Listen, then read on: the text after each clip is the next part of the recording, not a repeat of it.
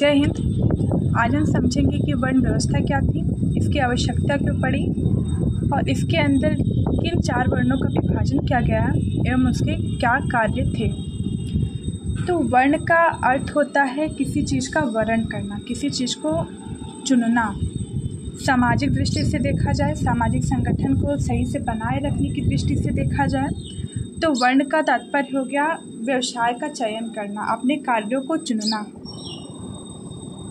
वर्ण की उत्पत्ति के संबंध में कई मत मिलते हैं, जिनमें सबसे प्रमुख या सबसे प्रसिद्ध मत यही है कि वर्णों की उत्पत्ति एक प्रकार की दैवीय उत्पत्ति है। ऋग्वेद के 10वें मंडल में पुरुष सूक्त का वर्णन मिलता है, जिसके अनुसार ये माना गया है कि इन चारों वर्णों की उत्पत्ति ब्रह्मा के 4 अंगों से हुआ है। मुख, भुजा, जंघा और पैर। मुख से ब्राह्मण वर्ण की उत्पत्ति हुई है, भुजाओं से क्षत्रिय, जंघा से वैश्य और पैर से शूद्र।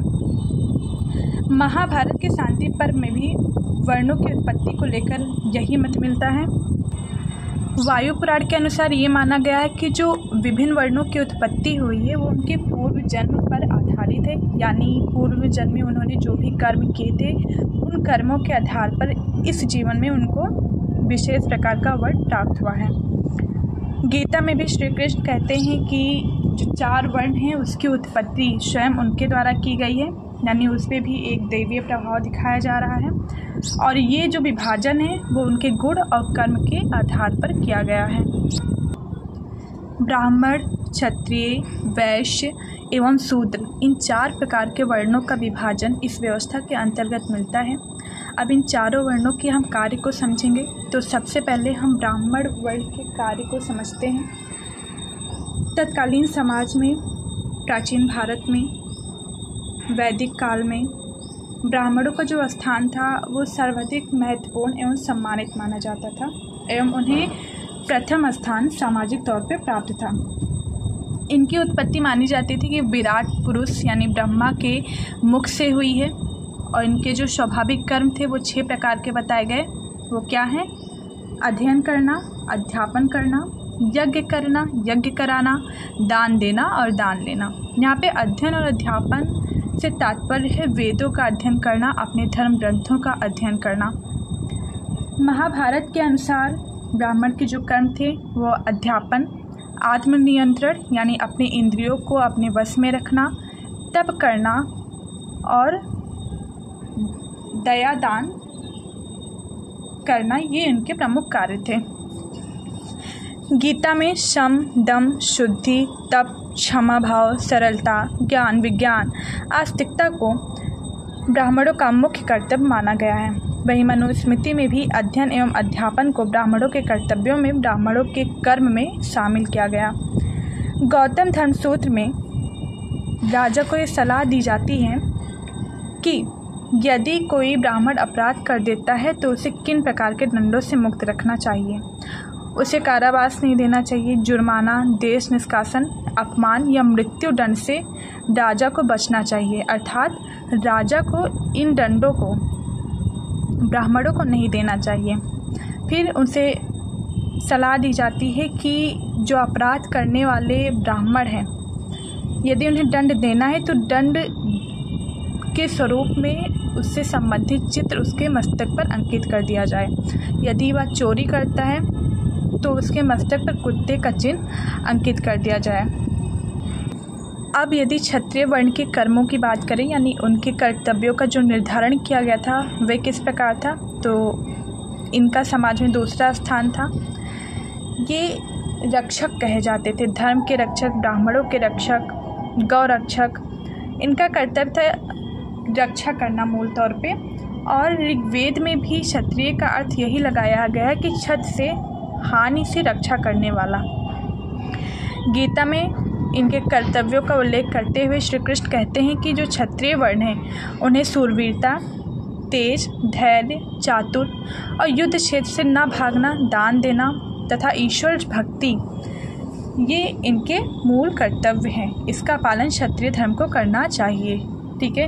वहीं अर्थशास्त्र में भी कौटिल्य क्षत्रिय धर्म के जो कर्तव्य हैं उसका विवरण देते हैं उनके अनुसार अध्ययन करना, यजन करना, शस्त्र द्वारा जीविकोपार्जन करना यानी युद्ध से, रणक्षेत्र से अपने साम्राज्य का विस्तार करना और सभी प्राणियों की रक्षा करना, ये मूल तौर पर क्षत्रिय धर्म थे। समाज का जो तीसरा वर्ण था, तीसरा महत्वपूर्ण वर्ण जिसे माना गया वह था वैश्य, और इनकी उत्पत्ति ब्रह्मा के जंघा से मानी गई है। महाभारत के अनुसार इनका जो कर्तव्य था वह था अध्ययन करना, दान देना, यज्ञ करना और अपने धन का अर्जन सही ढंग से करना। कौटिल्य इनके कर्मों का विवरण देते हैं। उनके अनुसार अध्ययन करना, यज्ञ करना, दान देना वैश्यों का मूल धर्म था, मूल कर्तव्य था। जो वैश्यों का प्रधान विषय होता था जिसका वो अध्ययन करते थे वो वार्ता माना गया है, वार्ता शास्त्र माना गया है, जिसमें कृषि, पशुपालन एवं वाणिज्य शामिल होता था। इन्हें व्यापारिक भी कहा जाता था। गीता में इनके स्वाभाविक धर्म बताए गए हैं कृषि करना, गौरक्षा एवं वाणिज्य। उल्लेखनीय है कि बुद्ध काल में वैश्यों को गृहपति कहा गया है, जिसका अर्थ होता है गृह का स्वामी। समाज की जो सबसे छोटी इकाई, सबसे निम्न वर्ग माना गया वह था शूद्र वर्ण।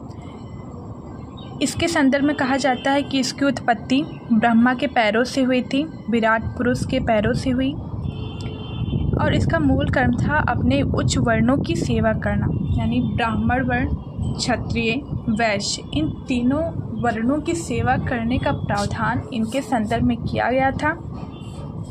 रामशरण शर्मा शूद्रों की स्थिति का विस्तार पूर्वक वर्णन करते हैं और उनके अनुसार शूद्रों की स्थिति काफ़ी हीन थी।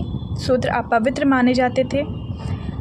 उत्तर वैदिक काल में शूद्रों को श्रमिक वर्ग भी कहा गया, यानी शूद्रों को श्रमिक वर्ग से संबंधित बताया गया। कुछ जगह पर यह भी माना जाता है कि शूद्र राजनैतिक जीवन में भाग ले सकते थे, जो कि अपवाद स्वरूप भी लगता है। उत्तर वैदिक काल में वर्णों में काफ़ी अधिक अंतर आ गया था। ऐसे में ब्राह्मण को अत्यधिक श्रेष्ठता प्राप्त हो गई और वहीं शूद्र वर्ण के जो स्थिति थी वो और हीन हो गई। उन्हें और ये भाव से देखा जाने लगा। उन्हें मांगलिक कार्यों, दर्शन, उनको स्पर्श करना अर्थात उसमें शामिल होना, उसमें उनकी उपस्थिति, इन सबको निषेध कर दिया गया। यह भी वर्णन मिलता है कि शूद्रों को अपने जो उच्च वर्ण थे उनके द्वारा जूठन, उनके द्वारा छोड़े गए कपड़े धारण करने का प्रावधान था।